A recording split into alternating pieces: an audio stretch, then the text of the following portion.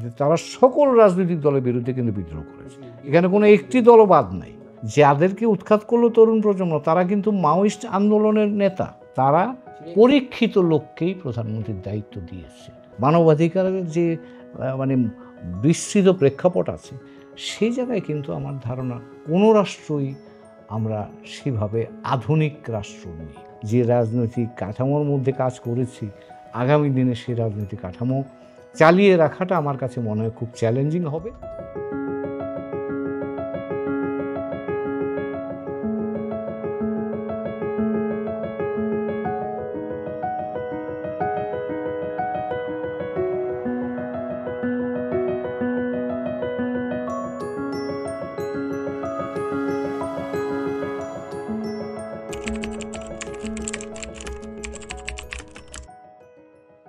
নেপালে কিন্তু আমি 2003 সাল থেকে 2006 সাল পর্যন্ত দায়িত্ব পালন করেছি, এবং তখন চলছিল মাওয়িস্ট বিদ্রোহ বা মাওয়িস্ট আন্দোলন যেটাকে বলা হয়। 1996 সাল থেকে 2006 সাল পর্যন্ত এই মাওয়িস্ট আন্দোলন হয়েছে।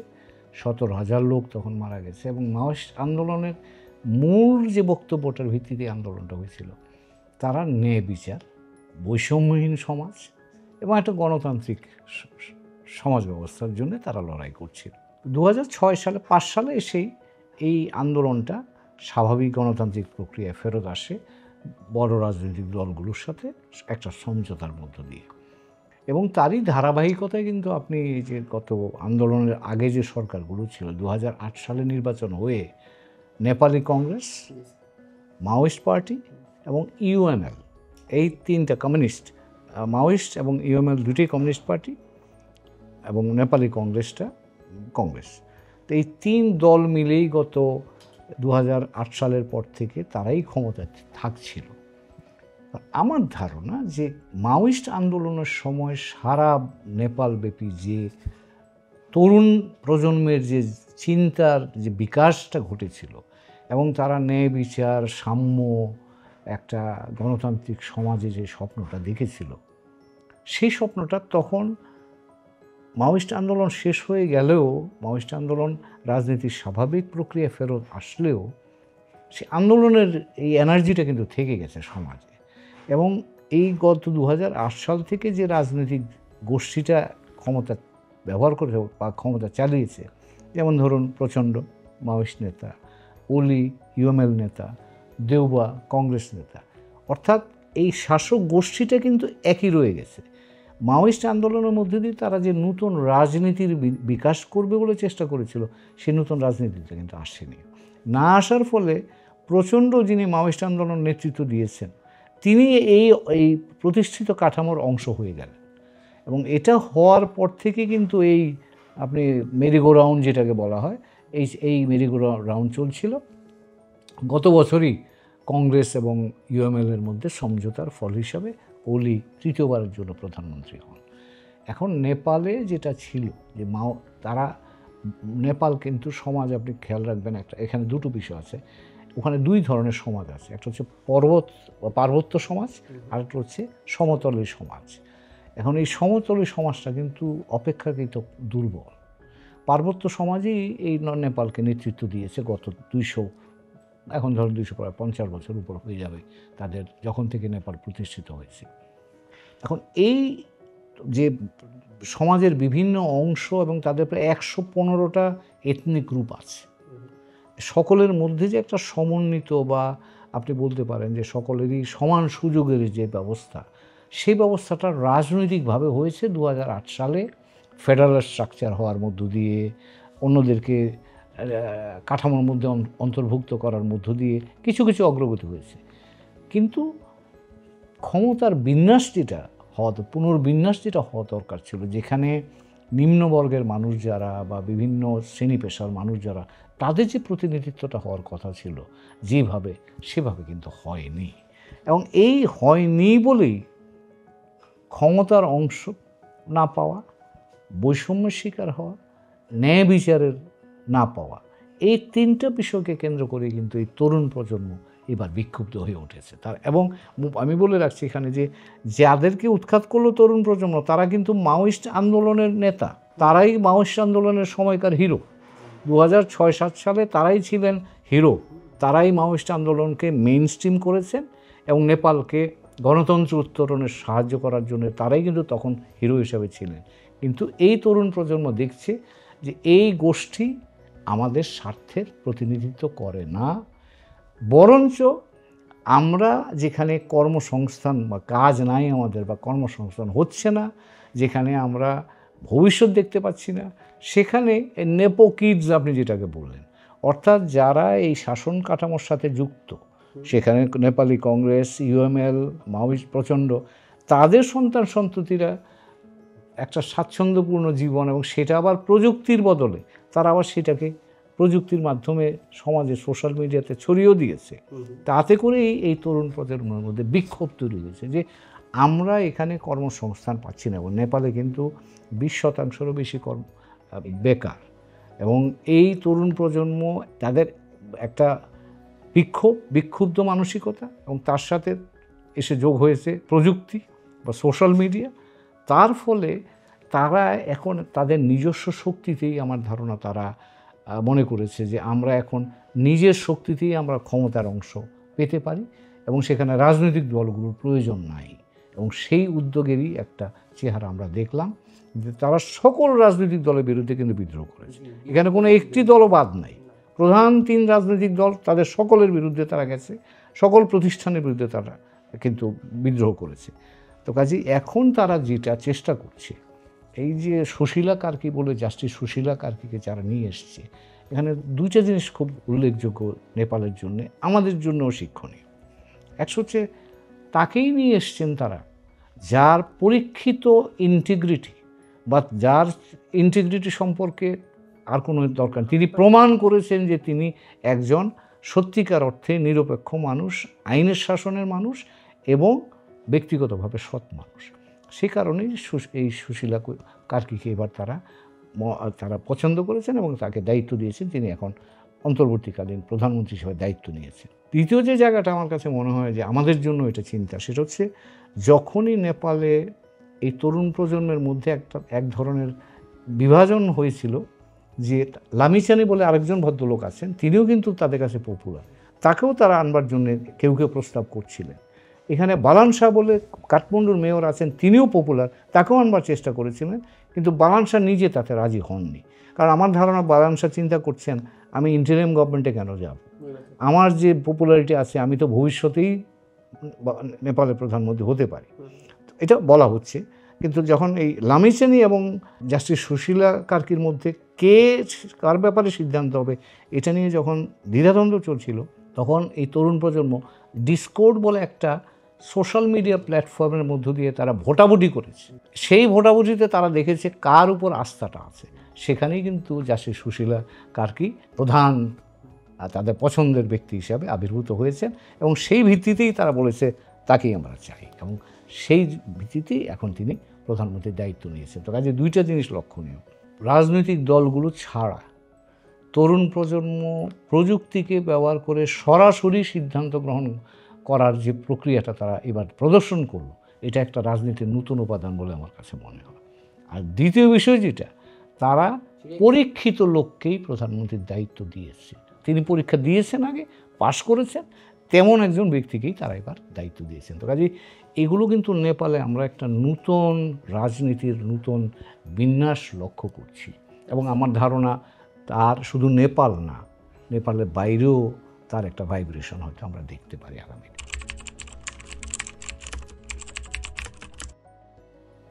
এটা নেপালের একটা বিশেষ বৈশিষ্ট্য, যেটা আপনি অন্য কোনো দক্ষিণ এশীয় দেশে পাবেন না। সেটা হচ্ছে নেপালের রাজতন্ত্র থাকার ফলে নেপালের মানুষদের মধ্যে আপনি যদি বলেন তাদের, এটাকে আমি কীভাবে বলবো, শিষ্টাচারের বোধটা তাদের অনেক বেশি। যে ক্ষমা চেয়েছে, ক্ষমা চাওয়াটা কিন্তু তারা এটাকে কোনো খারাপ জিনিস মনে করে না, তারা মনে করে আমি অপরাধ করেছি, আমি ক্ষমা চাইব। এটা তাদের ওই পুরনো সংস্কৃতির একটা অংশ। এর মধ্যে কিছু ধর্মীয় উপাদান আছে, কিছু সামাজিক উপাদান আছে, কিছু রাজনৈতিক উপাদানও আছে। আমি সেটাকে ইতিবাচকভাবে দেখি। তারা ক্ষমতায় যাননি, সেটা আবার আরেকটা ক্যালকুলেশন আমার কাছে যেটা মনে হয়, কারণ তারা মনে করেছেন যে তারা তাদের শক্তি প্রদর্শন করেছে, এখন আর তাদের শক্তি প্রয়োগ করার প্রয়োজন আছে বলে তারা মনে করছে না, সেই কারণে তারা ক্ষমতায় যায়নি। যারা ক্ষমতা সুষ্ঠুভাবে প্রয়োগ করতে পারেন তাদের হাতেই তারা ছেড়ে দিয়েছে। তো কাজেই আমি তাতে খুব আশ্চর্য হচ্ছি না, এই প্রসঙ্গটা আসতো না যদি না আমাদের এখানে গত আন্দোলনের পরে কেউ এই ক্ষমতার অংশে না যেতেন। কিন্তু এটা আমাদের প্রেক্ষাপটটা ভিন্ন, তাদের প্রেক্ষাপটটা ভিন্ন। কাজে নেপালের প্রেক্ষাপটের দিক থেকে আমি মনে করি যে এটাই আমার কাছে অন্তত প্রত্যাশিত মনে হয়েছে।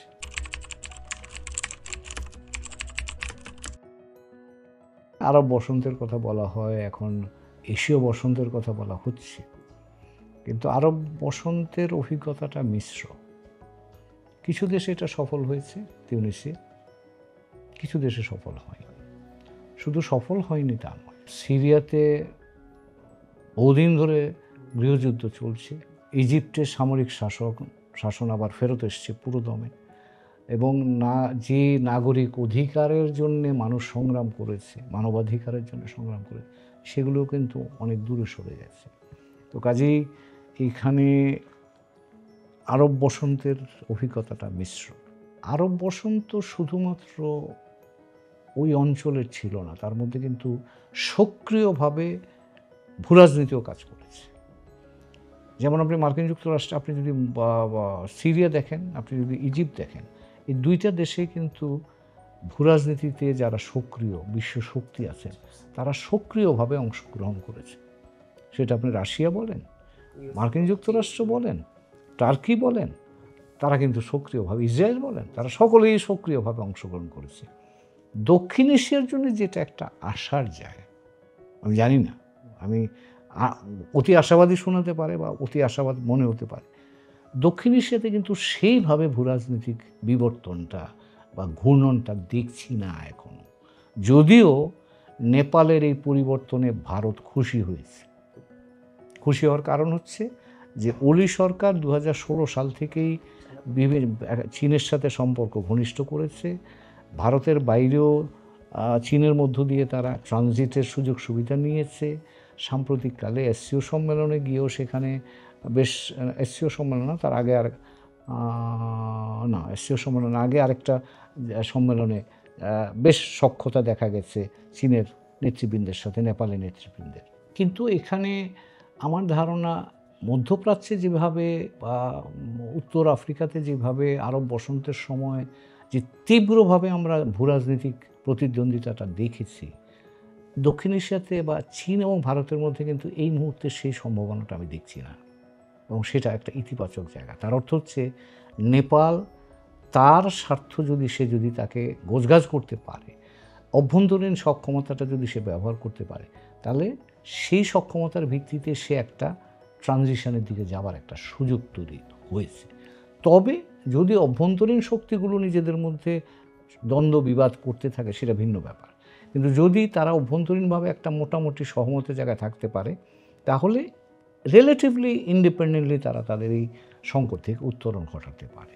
বাংলাদেশের ক্ষেত্রেও আমার কাছে তাই মনে হয়। বাংলাদেশেও কিন্তু ভারত আমাদের সাথে সম্পর্ক টানাপোড়েনের মধ্যে আমরা আছি, কিন্তু এখানে চীন ভারতের প্রতিদ্বন্দ্বিতা কিন্তু তীব্র হয়ে আমাদের অভ্যন্তরীণ অবস্থাকে খুব বেশি প্রভাবান্বিত করছে বলে অন্তত আমরা দেখছি না এখন পর্যন্ত। তো কাজেই সেই ক্ষেত্রে আমরা যদি আমাদের নিজের সক্ষমতা দিয়ে আমরা আমাদের এই ব্যবস্থাটাকে উত্তরণের দিকে নিয়ে যেতে পারি, তাহলে সেই সুযোগটা আমাদের আছে। আপনি শ্রীলঙ্কার ক্ষেত্রেও একই ঘটনা ঘটেছে, এবং শ্রীলঙ্কাতেও আপনি ভারত অখুশি হয়েছিল, চীনারা খুশি হয়েছিল, আবার এখন লেফটিস্ট প্রেসিডেন্ট হওয়ার কারণে চীন একটু খুশি হয়েছে, ভারত একটু অখুশি হয়েছে, কিন্তু তাতে করে কিন্তু শ্রীলঙ্কার সমাজ বা রাজনৈতিক বিবর্তনটা খুব বেশি এফেক্টেড হয়েছে বলে মনে করছি না। দুজনই নিরাপদ দূরত্বে দাঁড়িয়ে এখানকার ভূরাজনৈতিক গুরুত্বপূর্ণ উপাদান যদি ভারত বলেন, চীন বলেন, মার্কিন যুক্তরাষ্ট্র বলেন, তারা নিরাপদ দূরত্বে দাঁড়িয়ে থেকে তাদেরকে সহযোগিতা করছে তারা এই ট্রানজিশন থেকে বেরিয়ে আসবার জন্য। তো কাজেই আমি দক্ষিণ এশিয়ার অবস্থাটাকে ভূরাজনৈতিক প্রেক্ষাপট থেকে অপেক্ষাকৃত একটু বেশি উপযোগী মনে করছি এই ট্রানজিশনটা সফলতার দিকে যাওয়ার জন্য। তার অর্থ কি যে সংকট হতে পারে না? হতে পারে।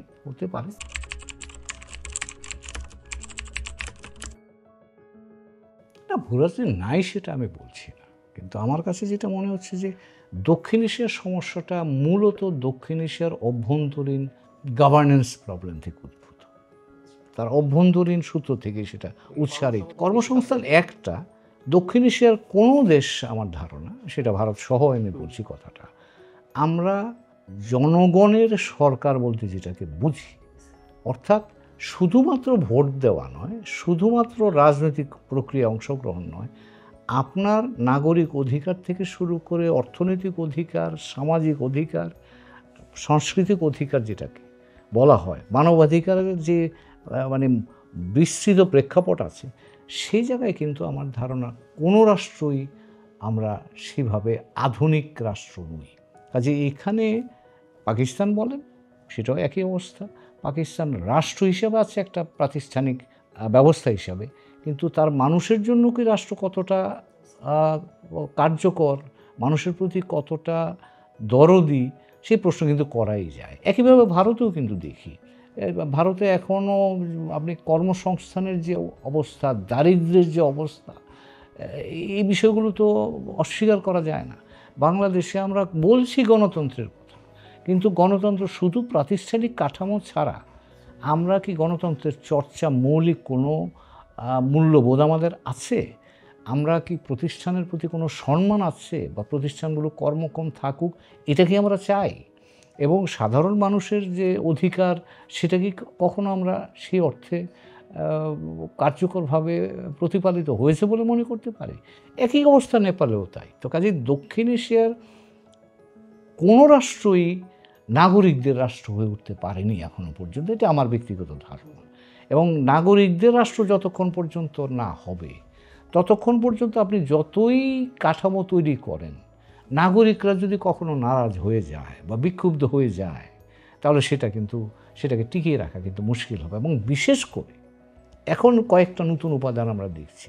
আপনি সবগুলো দক্ষিণ এশিয়ার দেশের দিকে দেখলেই দেখবেন এখানে জনসংখ্যার, তরুণ প্রজন্ম জনসংখ্যার সংখ্যাগরিষ্ঠ অংশ।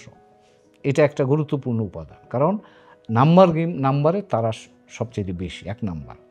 দুই নম্বর হচ্ছে যে সবগুলো দেশে কর্মসংস্থানেরও ঘাটতি, সবগুলো দেশে কিন্তু অর্থনৈতিক উন্নতি হচ্ছে, আমরা ফিগার দেখছি যেটাকে বলা হয় জবলেস গ্রোথ হচ্ছে, কিন্তু এই গ্রোথটার জন্য কর্মসংস্থানের কোনো সম্পর্ক নাই। ফলে তরুণ প্রজন্ম বিক্ষুব্ধ হচ্ছে, হতাশ হচ্ছে।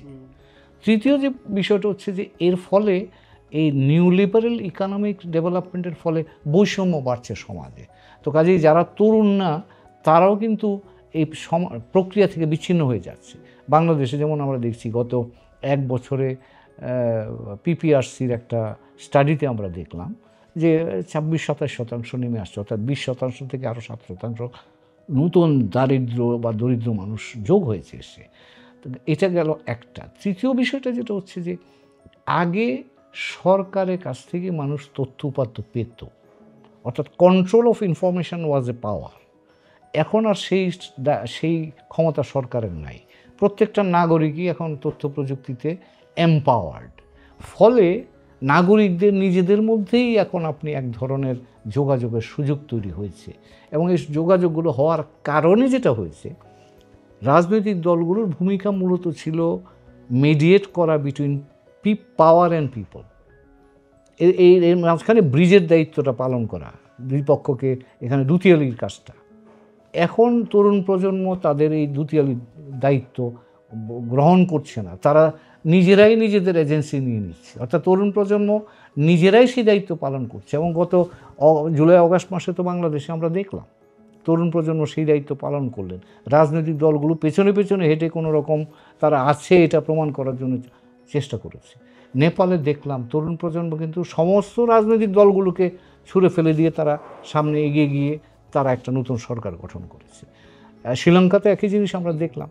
তো কাজেই তার অর্থ দাঁড়াচ্ছে যে আমরা আগে যেভাবে যে রাজনৈতিক ব্যবস্থায়, যে রাজনৈতিক মূল্যবোধ, যে রাজনৈতিক কাঠামোর মধ্যে কাজ করেছি, আগামী দিনে সেই রাজনৈতিক কাঠামো চালিয়ে রাখাটা আমার কাছে মনে হয় খুব চ্যালেঞ্জিং হবে। তার কারণ তরুণ প্রজন্ম নিজেরাই নিজেদের ক্ষমতার সাথে সম্পৃক্ততা প্রতিষ্ঠিত করতে পেরেছে, এবং আমার ধারণা প্রযুক্তির কারণে আগামী দিনে সেটা আরও বেশি ত্বরান্বিত হওয়ার একটা সুযোগ তৈরি হচ্ছে।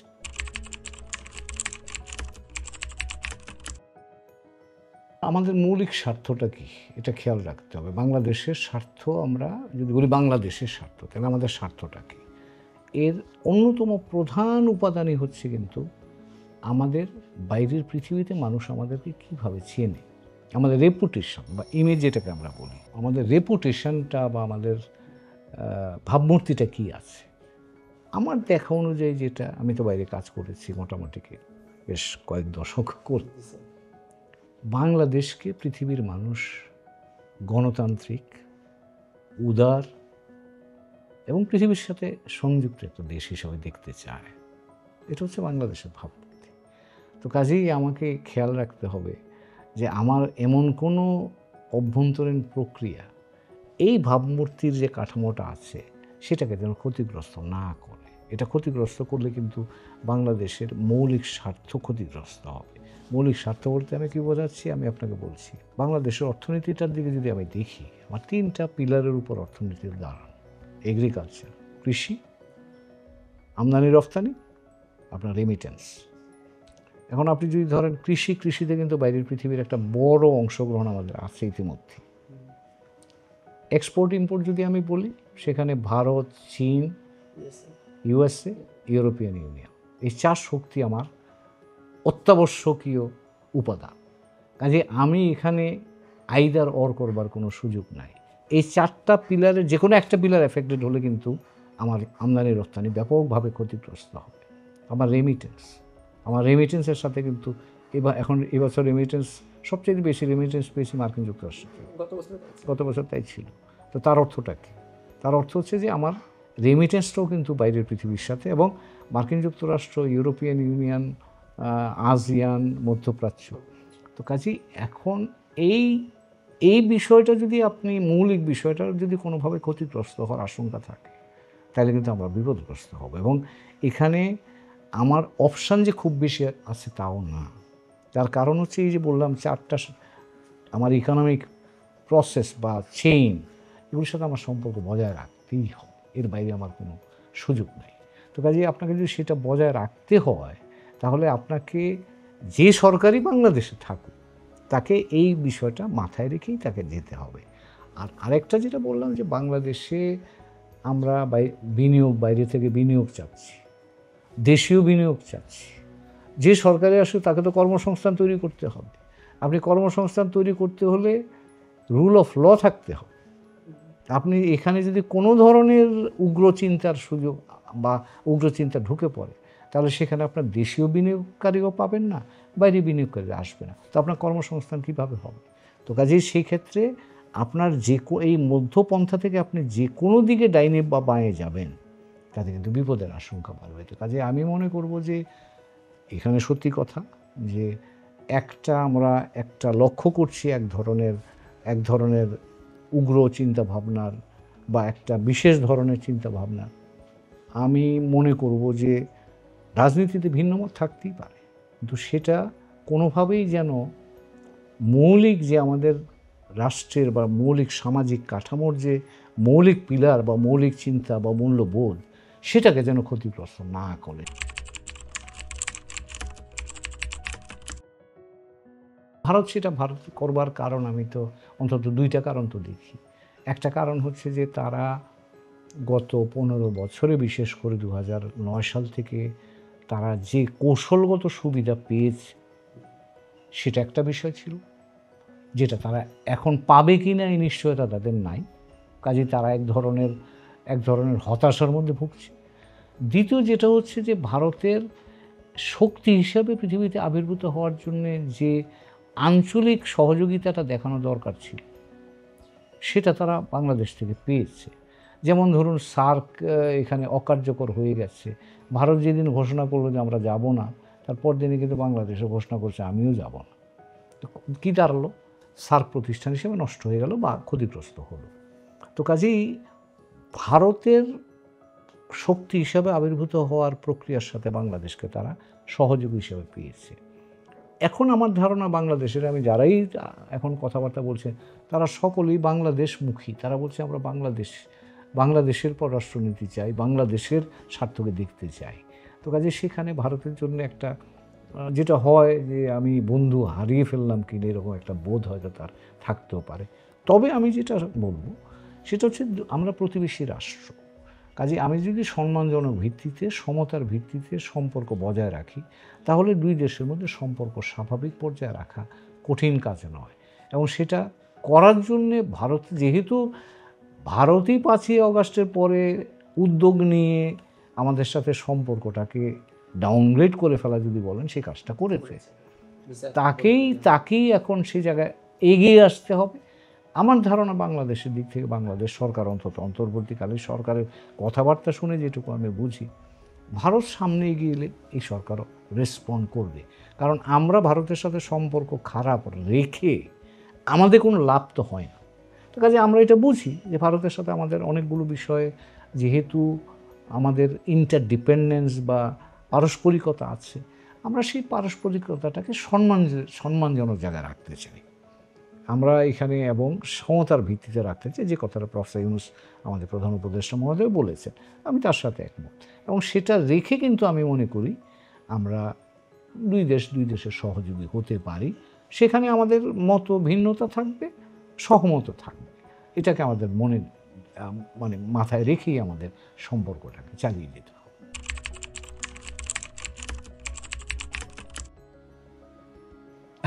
আজকের দিনে দাঁড়িয়ে তো আমি আশাবাদী হতে চাই 2-3টা কারণ। একটা হচ্ছে যে তরুণ প্রজন্ম তারা যখন একটা সিদ্ধান্ত নিয়েছে বা তারা যখন একটা দিকে যাত্রা শুরু করেছে, আমি জানি এখানে ঘাটতি আছে, কিন্তু আমি যদি প্রজন্ম হিসেবে দেখি, তাহলে আমি যেহেতু মাঠে যাই, বিভিন্ন জায়গায় দেখি, আমি কোনো রাজনৈতিক দলের বাতাবরণে বলছি না, তরুণ প্রজন্ম হিসেবে বলছি, আমি একটা তরুণ প্রজন্মের উত্থান দেখতে পাচ্ছি।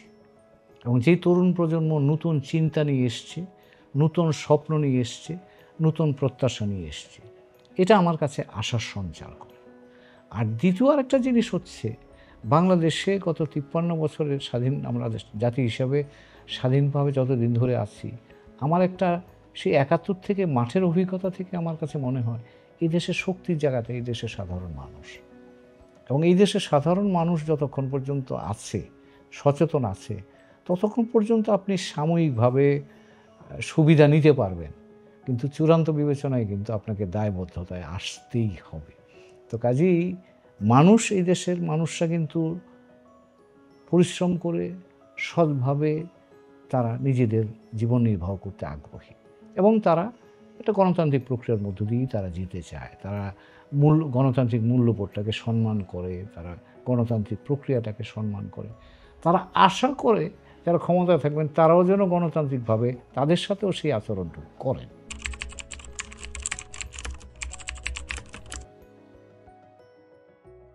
আমি এই শিক্ষা বলতে পারবো না, তবে আমি নেপালের অভিজ্ঞতা দিয়ে বলব। 2007-8, 5, 6, 7, 8-এর যারা হিরো ছিলেন তারা কিন্তু আজকে বেশি ভালো জায়গায় নাই। তো কাজেই আমাদের এটা খেয়াল রাখতে হবে কিন্তু, যে রাজনীতি সে নেপালের রাজনীতিবিদদের জন্য শুধু শিক্ষার বিষয় নয়, যারা অন্যান্য দেশের রাজনীতিবিদ আছেন সকলের জন্য কিন্তু এই শিক্ষা। রাজনীতিবিদরা যদি জনগণের প্রত্যাশাকে ধারণ না করেন, তাদের স্বপ্নকে ধারণ না করেন, তাহলে জনগণও কিন্তু তাদের প্রতি কোনো দায়বদ্ধতা বা দায়বোধ ফিল করবেন বলে আমার কাছে মনে হয় না। তো কাজেই এখানে একটা নতুন চিন্তার সুযোগ আছে। এবং বাংলাদেশে যারা রাজনৈতিক দল আছেন, আমিও যেহেতু বাংলাদেশে থাকি, দেখি, আমার তাদের প্রতি অনুরোধ থাকবে যে 91 থেকে 24 সাল পর্যন্ত যে এক্সপেরিমেন্ট আমরা করেছি গণতন্ত্রের জন্য, সেই এক্সপেরিমেন্টার ভালো খারাপ দিকগুলো তারা একটা বিচার বিশ্লেষণ করুন, এবং 24-এর গণ অভ্যুত্থানের মধ্য দিয়ে যে নতুন বাস্তবতা তৈরি হয়েছে সেদিকে একটু মনোযোগ দিন। কারণ তা যদি না হয়, তাহলে আজকে যারা হিরো হিসেবে আছেন, আগামী 10-15 বছর পরে তারা কোথায় থাকবে সেটা কিন্তু নিশ্চয়তা দেওয়া যায় না। কারণ তরুণ প্রজন্ম অনেক বেশি অগ্রসর, অনেক বেশি চিন্তাশীল, অনেক বেশি ইনফর্ম, এবং তারা অনেক বেশি দায়বদ্ধতার দাবি করেন। তো কাজেই তাদের এই চিন্তাটাকে মাথায় রেখে আমি মনে করি আগামী দিনের রাজনৈতিক প্রক্রিয়াটা বা রাজনৈতিক বিবর্তনটা যদি সংগঠিত হয় তাহলে আমরা আশাবাদী হতে পারি। পরিবর্তন যদি না দেখি তাহলে একটু নেপালের দিকে দেখা দরকার। কাজেই পরিবর্তন করলেই টিকতে পারা যাবে। কারণ এখন মনে রাখতে হবে যে তরুণ প্রজন্ম কিন্তু ক্ষমতার সাথে সরাসরি সম্পৃক্ততা তারা নিজেরাই রচনা করতে পারে। কাজেই সেখানে প্রযুক্তি তাদের সহায়ক, নেপাল সেটা দেখেছি আমরা। তো কাজেই রাজনৈতিক দলের যদি সেই উপযোগিতা তারা নিজেরা তৈরি না করতে পারে তাহলে কিন্তু এটা একটা চিন্তার কারণ। যেমন ধরেন এখনকার নতুন বাস্তবতায়, নতুন প্রত্যাশায় তরুণ প্রজন্ম, দেশের মানুষও তো, আমরা গতকাল আমরা যে প্রোগ্রামটা করলাম সেখানে তো মানুষের দিক থেকে আমরা মতামতটা তুলে নিয়েছি। আমরা দেখেছি সারা দেশে মানুষ কী ভাবে। তারা রাজনৈতিক দলগুলোর মধ্যে ব্যাপক সংস্কার চায় এবং দুটো জায়গায় তারা তো স্পেসিফিক্যালি বলছে, রিপিটেডলি বলেছে। একটা হচ্ছে তারা চায় রাজনৈতিক দলের নেতৃত্বের বদল, রেগুলার ইন্টারভেলে দলের নেতৃত্বের বদল তারা চায়।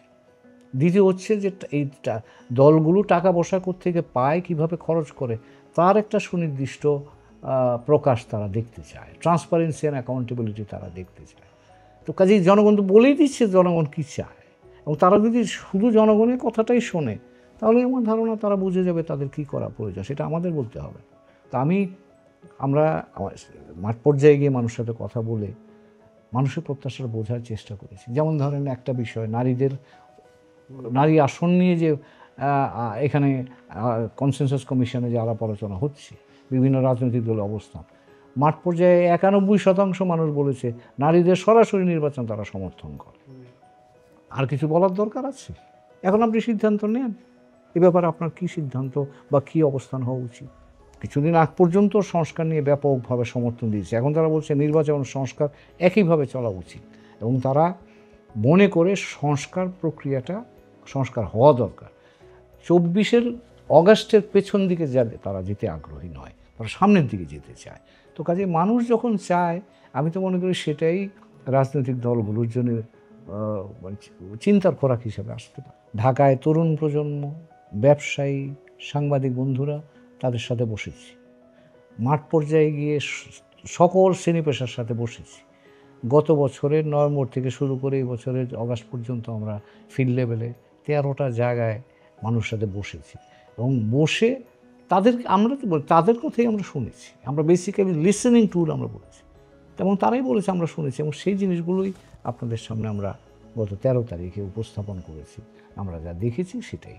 এখন রাজনৈতিক দলের নেতৃবৃন্দ তো ছিলেন সেখানে, কাজে আমরা আশা করি তারা এই মানুষের প্রত্যাশার বিষয়টা গুরুত্ব দিয়ে দেখবেন, এবং সেটা দেখলেই আমরা তো বাইরের লোক, তাদেরই লাভ হবে। এবং দেশ যদি ভালোভাবে চলে, বাংলাদেশ যদি মানবাধিকারের সম্মান করে, যেটা নিয়ে গত 15 বছর ব্যাপক সমস্যা ছিল, বাংলাদেশ যদি একটা সুষম অর্থনীতির দেশ হয়, বাংলাদেশ যদি একটা সম্মানজনক জায়গায় থাকতে পারে, তাহলে দেশের অভ্যন্তরে যেমন আমরা ভালো থাকবো, বাইরের পৃথিবীতেও আমরা সম্মান নিয়ে একটা সম্মানজনক জাতি হিসেবে আমরা মাথা উঁচু করে দাঁড়াতে পারি। এটাই তো আমাদের প্রত্যাশা, এটা সকলেরই প্রত্যাশা।